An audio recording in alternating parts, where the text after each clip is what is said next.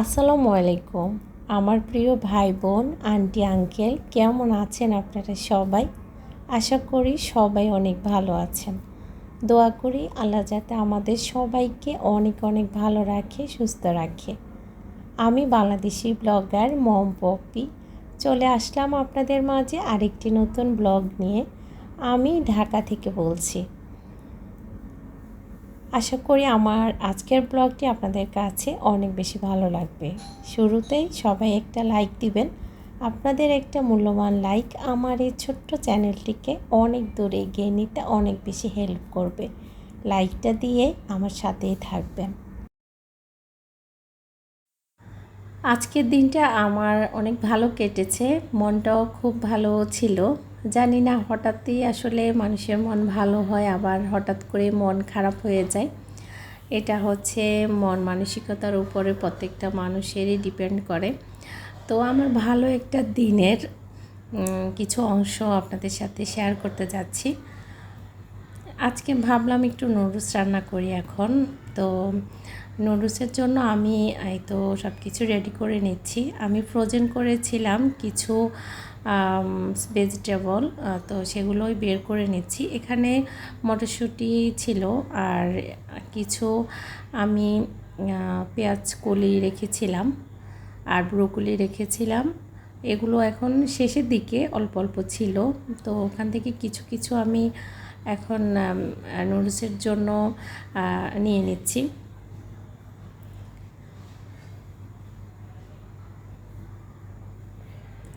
বেশ কয়দিন যাবৎ ভালোই গরম পড়েছে, তাই না? অস্থির একটা গরম, যেটা আসলে শরীরের সাথে যাচ্ছে না। ডে বাই ডে আমাদের দেশে গরমের তাপটা অনেক বেশি বেড়ে যাচ্ছে, আর সেটা আমাদের শরীরের সাথে অ্যাডজাস্ট হচ্ছে না। এতে করে আমরা সবাই অনেক বেশি অসুস্থ হয়ে পড়ছি। কী পরিমাণে অসুস্থ হচ্ছে এটা আসলে বলার মতো না। এখন আসলে যে সিজনটা যাচ্ছে, এই সিজনে যেমন বেড়েছে চিকুনগুনিয়া, তেমন বেড়েছে ডেঙ্গু। আবার একটা ভাইরাস জ্বর, এটাও চিকুনগুনিয়া ডেঙ্গুর চাইতে কম না। এটাতে মানুষ আরও বেশি অসুস্থ হয়ে পড়েছে। কী পরিমাণে অসুস্থ যে হচ্ছে সবাই, এটা একমাত্র ডাক্তারের কাছে বা হসপিটালে না গেলে টের পাওয়া যায় না। তবে হ্যাঁ, স্কুলের মধ্যে গেলেও টের পাওয়া যায়। এক এক সময় অনেক বাচ্চাদেরকে দেখতে পাওয়া যায় না, অনেক দিন অনেক গার্ডিয়ানরা আসে না। তো যখন খোঁজ খবর নেই, শোনা যায় যে ডেঙ্গু হয়েছে বা চিকুনগুনিয়া হয়েছে বা নর্মাল যে ভাইরাস জ্বর সেটা হয়েছে। এরকম অবস্থা প্রায় 1 মাস একটা মানুষ অসুস্থ থাকে এই জ্বরগুলোর মধ্যে। তো আসলে আমরা যে অবস্থানে আছি এখন, যে কোনো সময় যে কোনো মানুষ অসুস্থ হয়ে পড়ে। কি আর বলবো, মানে এগুলো আসলে খুব কষ্টদায়ক ব্যাপার। অসুস্থ হলে একটা মানুষ যখন অসুস্থ হয় তখন তার পিছনে একটা লোক এখন এই অসুস্থতার কারণে লাগে। নর্মাল জ্বর ঠান্ডা সর্দির জন্য কোনো সমস্যা হয় না, কিন্তু যখন মানুষ অতিমাত্রায় অসুস্থ হয় তখন তার সেবা যত্ন করার জন্য একটা মানুষ তো লাগে। তো ম্যাক্সিমাম ঘরের যে গৃহিণী, সে যখন অসুস্থ হয়ে পড়ে তখন পুরো ঘরটাই অচল হয়ে যায়। আর সেখানে যদি 2টা বাচ্চা থাকে তখন তাদের স্কুলে আনা নেওয়া, তাদের খাওয়া দাওয়া সব কিছুই একদমই এলোমেলো হয়ে যায়। এই জন্য আমরা যারা গৃহিণীরা আছি, আমরা অবশ্যই নিজেদের একটু খেয়াল করব, নিজেদের যত্ন নিব, টাইম মতো খাবারটা অন্তত খাবো। আমরা কিন্তু ম্যাক্সিমাম যারা গৃহিণীরা আছি ঠিক টাইমে খাওয়া দাওয়া করি না, ঠিক টাইম মেনটেন করে আমরা নিজেদের কোনো কিছুই করি না। অথচ হাজব্যান্ড বলেন বা সন্তান বলেন বা ঘরের অন্য কোনো সদস্য থাকলে তাদের সব কিছুই আমরা টাইম মতো করার চেষ্টা করি। তাদের কোনো কিছু টাইমের এদিক সেদিক আমরা কখনো করি না, কিন্তু নিজের বেলা দেখেন কিছুই আমরা করি না। এতে করে আমরা মেয়েরা তাড়াতাড়ি খুব বেশি অসুস্থ হয়ে পড়ি, রোগ প্রতিরোধ ক্ষমতা আমাদের খুব তাড়াতাড়ি চলে যায়। আমরা ঠিকমতো পানিই খাই না, ঠিক সময় পাই না। ঘুম থেকে উঠলে আমরা যে একটু নিজের যত্ন নিব সেটাই করি না, দৌড়াদৌড়ি করি, কখন কিচেনে যাব, কখন রান্নাবান্না শেষ করব, নাস্তা বানাবো, এগুলো নিয়ে ব্যস্ত থাকি। তো আমি বলি আসলে আমিও সেটা করি না, জানি বুঝি, কিন্তু নিজের খেয়ালটা তেমন একটা রাখি না। তবে ইদানিং আমি আসলে চেষ্টা করি যে নিজেকে একটু সময় দিব, নিজের প্রতি একটু খেয়াল করব। আমরা আগে নিজেকে ভালোবাসবো, তারপরে অন্যকে ভালোবাসবো। নিজেকে যদি নিজে ভালো না বাসতে পারি তাহলে অন্যকেও ভালোবাসা যায় না। আর পৃথিবীতে যে যার মতো করেই চলে, যে যার স্বার্থ নিয়ে চলে। নিজেকেই খেয়াল রাখতে হবে, মানে নিজেকে খেয়াল রাখতে হবে, নিজেকে ভালোবাসতে হবে। অনেক কথা বলেছি, আপনাদের সাথে কথা বলতে বলতে আমি এদিকে নুডলসটা রান্না করে ফেলেছি। তো নুডলসটা আসলে খেতে ভীষণ মজা হয়েছে। আমি একটু খেয়েছি, যদিও আমি নুডলসটা তেমন একটা খাই না, পাস্তাটা ভালো লাগে। এই পর্যন্ত এসে যারা আমার ভিডিওটি দেখেছেন, আমার সাথে আছেন, তাদেরকে অনেক অনেক ধন্যবাদ জানাচ্ছি। আর মন থেকে তাদের জন্য অনেক দোয়া থাকলো।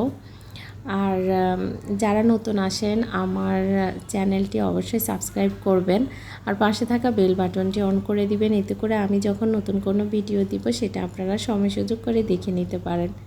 আর এই কাজগুলো যারা অলরেডি করে ফেলেছেন তাদেরকে জানাই অসংখ্য অসংখ্য ধন্যবাদ। এদিকে দেখলাম হঠাৎ করে ঝুম বৃষ্টি। তো আজকে মোটামুটি ভালোই বৃষ্টি হয়েছে, কিন্তু বৃষ্টির পরে দেখি গরমটা আরও বেড়েছে। বৃষ্টি হওয়ার পরে ওয়েদারটা ঠান্ডা হবে এরকম একটা চিন্তা ছিল, মানে যে ওয়েদারটা আজকে একটু ঠান্ডা হবে, কিন্তু সেরকম কিছু দেখলাম না। দেখলাম যে আবার সেই গরমে আছে। আমার বারান্দাতে এক ঝাঁক পাখি এসেছে, তো আমি একটু ছবি উঠাতে গেলাম বা ভিডিও করতে গিয়েছি, পাখিগুলো উড়ে গিয়েছি। দু একটা পাখি ছিল, এই জন্য একটু ভিডিও করে রেখেছি। আজকে মজার একটা রান্না করেছি, আর সেটাই আপনাদের সাথে একটু শেয়ার করি। আজকে আমি ইলিশ পোলাও রান্না করছি।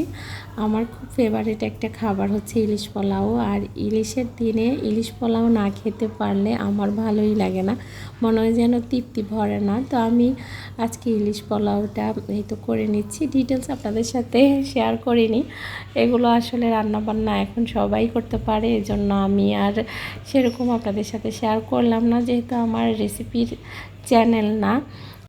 আমার চ্যানেল যেহেতু হচ্ছে ফ্যামিলি ব্লগ, তো আমি সব কিছু থেকে একটু একটু আপনাদের সাথে আর কি শেয়ার করেছি। ইলিশ মাছটা আমি রান্না করে রেখে দিয়েছি। তারপরে মাছগুলো আমি ইলিশ মাছের যে ঝোল ছিল সেটা থেকে উঠিয়ে নিয়ে ওই ঝোলের মধ্যে আমি পোলাওটা রান্না করেছি। তো এখন পোলাও রান্না হয়ে গিয়েছে, আমি এখন ইলিশ মাছগুলো উপর দিয়ে বিছিয়ে দিয়ে দিয়েছি, আর মশলা যেগুলো আছে এগুলো আমি এখন দিয়ে দিচ্ছি। আর এখানে একটা ডিম দিয়েছি, যেহেতু আয়ান মনে হয় না ইলিশ মাছ খাবে, কারণ সে মানে কাঁটাওয়ালা মাছ তেমন একটা খেতে পারে না। আমি যতই ওকে বেছে দিতে যাই না কেন ও ভয় পায়, আর কাঁটা কোত্থেকে যে ও বের করে আমি নিজেও জানি না। যতই ওকে আমি কাঁটা বেছে খাওয়াই না কেন, ও একটা দুইটা কাঁটা সে পাবে। এজন্য তার জন্য একটা ডিম দিয়ে দিয়েছি, আর হচ্ছে ইলিশ মাছও দিব, যতটুকু পারি ওকে খাওয়ানোর চেষ্টা করব। এখানে আমি উপর থেকে একটু ঘি দিয়ে দিচ্ছি সুঘ্রাণের জন্য। মাশাআল্লাহ এত সুন্দর ঘ্রাণ বের হয়েছে, সেটা শুধু আমি এই ঘ্রাণটা নিতে পারছি। আমি যেহেতু এখন বয়স দিচ্ছি, আর ইলিশ মাছটা খেয়েছি তো আরও আগে, এখন ইলিশ মাছটা দেখে আমার জিভে জল চলে এসেছে, মন চেয়েছে যে আবারও খাই। ইনশাআল্লাহ আল্লাহ যদি কিসমতে রাখে তাহলে আবারও খাবো। তো এখানে আমার বেরেস্তাটা করা ছিল, করে রেখে দিয়েছিলাম। বেরেস্তাটা কেন জানি একটু নরম হয়ে গিয়েছিল, বুঝতে পারলাম না, তখন খুব জ্বরেই ছিল।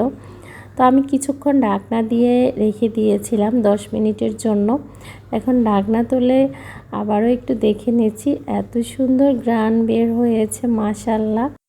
ইলিশ পোলাও কার কার কাছে খুব বেশি ভালো লাগে অবশ্যই কমেন্টসের মাধ্যমে জানাতে পারেন। আমার মতো যারা ইলিশ লাভার আছে তারা অবশ্যই কমেন্টসে একটু ছোট্ট করে কমেন্টস করে যেতে পারেন। দেরি আর সহ্য হচ্ছে না, তাড়াতাড়ি বসে পড়েছি ইলিশ পোলাও খাওয়ার জন্য। এখন আমরা সবাই টেবিলে বসেছি আর সবার জন্য আমি প্লেটে সুন্দর করে বেড়ে দিচ্ছি। আমি পুরো পাতিলটাই নিয়ে এসেছি আর সার্ভ করলাম না বাটিতে, একসাথেই আমি টেবিলে দিয়ে দিয়েছি। এখন আমরা শুরু করলাম। খুব সুন্দর জর্জরে হয়েছে আর সত্যি কথা যেটা খেতে এতটা মজা হয়েছে বলার বাহিরে। 2 পিস ইলিশ মাছ দেখে ভাববা না যে আমি 2 পিস ইলিশে খাবো। 1 পিস আমার ছেলের জন্য নিয়েছি, ওকে বেছে দিব, আরেক পিস তো আমার জন্য। তো আমি একটু আগে খেয়ে নিই যেহেতু খেতে ইচ্ছে করছে। তো আমি খেতে খেতে আজকের জন্য বিদায় নিয়ে নিচ্ছি। আবারও দেখা হবে, অনেক কথা হবে, অনেক গল্প হবে আবারও নেক্সট কোনো ভিডিওতে। সে পর্যন্ত সবাই ভালো থাকবেন। আসসালামু আলাইকুম।